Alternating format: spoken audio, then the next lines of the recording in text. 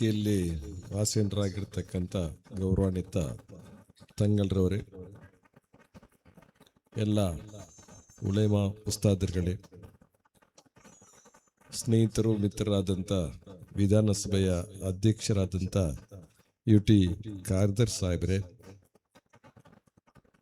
ಈ ಒಂದು ದರ್ಗಾ ಶರೀಫಿನ ಅಧ್ಯಕ್ಷರಾದಂಥ ಇಬ್ರಾಹಿಂರವರೇ, ಮಾಜಿ ಅಧ್ಯಕ್ಷರುಗಳೇ, ಕಮಿಟಿಯ ಎಲ್ಲ ಸದಸ್ಯರೇ, ನೂರುದ್ದೀನ್ ಅವರೇ, ಮೊಹಮ್ಮದ್ ಮೋನೂರ್ ಅವರೇ, ಸುಮಂತ್ ಜೈನ್ ಅವರೇ ಮತ್ತು ವೇದಿಕೆಯಲ್ಲಿ ಇರ್ತಕ್ಕಂಥ ಎಲ್ಲ ಆತ್ಮೀಯ ಆಡ್ಯಗಣ್ಯ ಮಹನೀಯರೇ,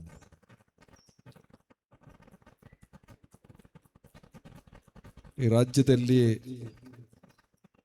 ಕೆಲವು ಧಾರ್ಮಿಕ ಪವಿತ್ರ ಸ್ಥಳಗಳ ಪೈಕಿ ಇಸ್ಲಾಂ ಧರ್ಮದ ಅನುಯಾಯಿಗಳು ಪವಿತ್ರವಾಗಿ ನಂಬಿಕೊಂಡಿರ್ತಕ್ಕಂಥ ಒಂದು ಧಾರ್ಮಿಕ ಕೇಂದ್ರ ಕಾಜೂರು ದರ್ಗಾ ಶರೀಫ್. ನಾನು ನನ್ನ ನೆನಪಿನ ಪ್ರಕಾರ ನಾನು ಶಾಸಕನಾಗುವ ಪೂರ್ವದಿಂದ ಅನೇಕ ಸಂದರ್ಭದಲ್ಲಿ ಈ ದರ್ಗಾಕ್ಕೆ ಭೇಟಿ ಕೊಟ್ಟು ಆಶೀರ್ವಾದವನ್ನು ಬೇಡಿರ್ತಕ್ಕಂಥ ನೆನಪು ನನಗಿದೆ. ನಾನು ಪ್ರಥಮ ಶಾಸಕನಾಗಿ 40 ವರ್ಷ ಆಯಿತು. ಅದಕ್ಕಿಂತ ಪೂರ್ವದಲ್ಲಿ ಪ್ರತಿ ವರ್ಷ ಕೂಡ ಉರುಸ್ ಸಮಾರಂಭಕ್ಕೆ ನಾನು ಬರ್ತಲೇ ಇದ್ದೇನೆ.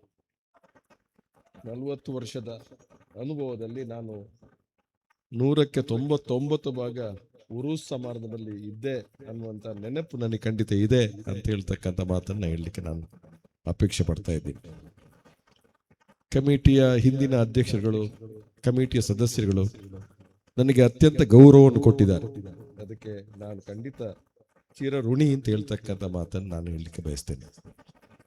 ಕಾಜೂರು ದರ್ಗಾ ಅಂತ ಹೇಳಿದ್ರೆ ಒಂದು ಸಂದರ್ಭದಲ್ಲಿ ಸಂಪರ್ಕ ವ್ಯವಸ್ಥೆ ಸರಿಯಾಗಿ ಇಲ್ಲದಂತ ಪರಿಸ್ಥಿತಿಯಲ್ಲಿ ಕೂಡ ಈ ಉರುಸ್ ಕಾರ್ಯಕ್ರಮ ಬಹಳ ವಿಜೃಂಭಣೆ ಆಗ್ತಾ ಇತ್ತು. ದೊಡ್ಡ ಸಂಖ್ಯೆಯಲ್ಲಿ ಭಕ್ತಾದಿಗಳು ವಿಶೇಷವಾಗಿ ಸೇರ್ತಕ್ಕಂಥ ಸಂದರ್ಭ ಆಗಿತ್ತು ಅನ್ನೋದು ಈ ಸಂದರ್ಭದಲ್ಲಿ ನಾನು ಹೇಳಲಿಕ್ಕೆ ಇಷ್ಟಪಡ್ತಾ ಇದ್ದೀನಿ. ನಾನು ಕೂಡ 2 ಸಾರಿ ಉಸ್ತುವಾರಿ ಸಚಿವನಾಗತಕ್ಕಂಥ ಅವಕಾಶ ಬಂತು. ಬೇರೆ ಬೇರೆ ಕಾರಣಗಳು, ಇಲ್ಲಿ ಸಮಸ್ಯೆಗಳು ಇದ್ದಾಗಲೂ ಕೂಡ ನಾನು ನನ್ನ ಸೇವೆಯನ್ನು ಕೊಟ್ಟಿದ್ದೇನೆ ಅನ್ನುವಂಥ ನೆನಪನ್ನು ಈ ಸಂದರ್ಭದಲ್ಲಿ ನಾನು ಈ ದರ್ಗಾ ಶರೀಫಿನ ಮುಂದೆ ಹೇಳಲಿಕ್ಕೆ ನಾನು ಇಷ್ಟಪಡ್ತಾ ಇದ್ದೀನಿ.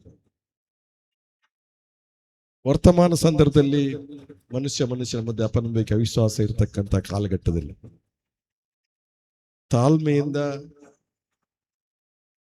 ಈ ದೇಶದಲ್ಲಿ, ಈ ಸಮಾಜದಲ್ಲಿ ಬದುಕತಕ್ಕಂಥ ಕಾಲಘಟ್ಟದಲ್ಲಿ ನಾವು ಶಾಂತಿಯ, ಸಮಾಧಾನದ, ಸದ್ಭಾವನೆಯ ಮನಸ್ಸಿನಿಂದ ಇದ್ದುಕೊಂಡು ನಾವು ಎಲ್ಲ ಭಾರವನ್ನ ದೇವರ ಮೇಲೆ ಹಾಕಿ ಮುಂದಕ್ಕೆ ಈ ದೇಶದ ಭವಿಷ್ಯತ್ತು ಒಳ್ಳೆಯದಾಗಿ ಹೋಗ್ಲಿ ಅನ್ನುವಂಥ ಪ್ರಾರ್ಥನೆಯನ್ನು ನಾವು ಮಾಡಿಕೊಂಡು ಬರ್ತಾ ಇದ್ದೇವೆ. ನಾನು ಒಂದು ಮಾತನ್ನ ಈ ಸಂದರ್ಭ ಹೇಳಲಿಕ್ಕೆ ಬಯಸ್ತೇನೆ. ಭಗವಂತ ಎಲ್ಲರ ಮನಸ್ಸಿಗೆ ಪ್ರೀತಿಯನ್ನ ಮಾಡ್ತಕ್ಕಂಥ ಮನಸ್ಸು ಕೊಡು ದೇವ, ದ್ವೇಷವನ್ನು ಮಾಡ್ತಕ್ಕಂಥ ಮನಸ್ಸನ್ನು ಕೊಡಬೇಡ. ಎಲ್ಲರ ಮನಸ್ಸಿಗೆ ಪ್ರೀತಿಯನ್ನು ಮಾಡ್ತಕ್ಕಂಥ ಮನಸ್ಸನ್ನು ಕೊಡು, ದ್ವೇಷವನ್ನು ಮಾಡ್ತಕ್ಕಂಥ ಮನಸ್ಸನ್ನು ಯಾರಿಗೂ ಕೂಡ ಕೊಡಬೇಡ. ಮನಸ್ಸನ್ನು ಕೊಡುವವರು ದೇವರು. ನಮ್ಮ ಲೆಕ್ಕದಲ್ಲಿ ದೇವರು ಎಲ್ಲರಿಗೆ ಒಳ್ಳೆಯ ಪ್ರೀತಿಯನ್ನು ಮಾಡ್ತಕ್ಕಂಥ ಮನಸ್ಸನ್ನು ಕೊಡು. ಇವತ್ತು ಸಮಾಜದಲ್ಲಿ ಅಲ್ಲಿ ಇಲ್ಲಿ ಮನುಷ್ಯನ ಮಧ್ಯೆ ಅಪನಂಬಿಕೆಗಳ, ಅವಿಶ್ವಾಸಗಳನ್ನ ನಡೆಸ್ತಕ್ಕಂಥ ಒಂದು ಸಂದರ್ಭವನ್ನು ನಾನು ನೋಡ್ತಾ ಇದ್ವಿ.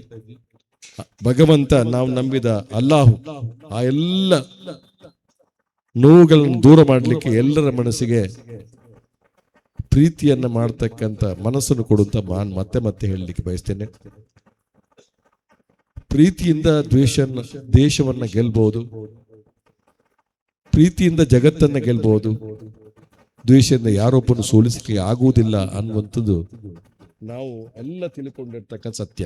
ಪ್ರೀತಿಯಿಂದ ಜಗತ್ತನ್ನ ಗೆಲ್ಲಬಹುದು, ದ್ವೇಷದಿಂದ ಯಾರೊಬ್ಬನು ಸೋಲಿಕ್ಕೆ ಆಗುವುದಿಲ್ಲ. ಇವತ್ತು ಸಮಾಜದಲ್ಲಿ ಅಲ್ಲಿ ಇಲ್ಲಿ ಅಹಿತಕರ ಘಟನೆ ನಡೆಯುತ್ತದೆ. ಆ ಸಂದರ್ಭ ನಾವು ಹೇಳುವುದು ಇಷ್ಟೇ, ಹಿಂಸೆಗೆ ಹಿಂಸೆ ಉತ್ತರ ಅಲ್ಲ, ಹಿಂಸೆಗೆ ಪ್ರೀತಿ ಉತ್ತರ. ದ್ವೇಷಕ್ಕೆ ದ್ವೇಷ ಉತ್ತರ ಅಲ್ಲ, ದ್ವೇಷಕ್ಕೆ ಶಾಂತಿ ಉತ್ತರ, ಪ್ರೀತಿ ಉತ್ತರ.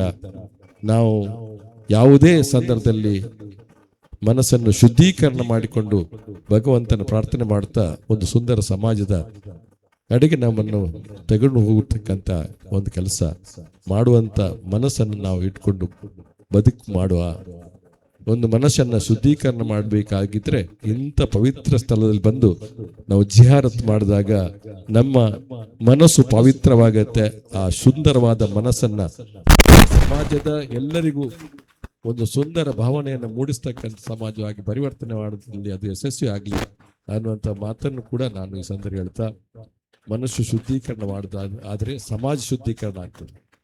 ಸಮಾಜ ಶುದ್ಧೀಕರಣ ಆಗ್ಬೇಕಾದ್ರೆ ಮನಸ್ಸು ಶುದ್ಧೀಕರಣ ಆಗಬೇಕು. ನಾವೆಲ್ಲರ ಮನಸ್ಸು ಶುದ್ಧೀಕರಣ ಮಾಡಿಕೊಂಡು ಇಡೀ ಸಮಾಜವನ್ನು ಶುದ್ಧೀಕರಣ ಮಾಡತಕ್ಕಂಥ ಕೆಲಸವನ್ನು ಮಾಡಿ ದೇವರ ಪ್ರೀತಿಗೆ ಹತ್ತಿರ ಆಗುವ ಅನ್ನುವಂಥ ಮಾತನ್ನು ಹೇಳ್ತಾ, ಈ ಕಾರ್ಯಕ್ರಮ ಈ ಹೊತ್ತಿನಲ್ಲಿ ಬೇರೆ ಬೇರೆ ಕಾರ್ಯಕ್ರಮ ನಡೆದಿರ್ಬೋದು, ನನಗೆ ಪ್ರತಿ ನೆನಪಿದೆ. ಪ್ರತಿ ಸರ್ತಿಯೂ ಕೂಡ ಇಲ್ಲಿ ವೇದಿಕೆಯ ಕಾರ್ಯಕ್ರಮ ಮುಗಿದ ನಂತರ ನಾನು ಬರ್ತಾ ಇದ್ದೇನೆ. ನನಗೆ ಅದು ಹಳೆಯ ಒಂದು ಇತಿಹಾಸನೇ ಆಗಿತ್ತು, ಏನೋ ಒಂದು ಸಂದರ್ಭ ಆಗಿ ಬಂದಿದೆ.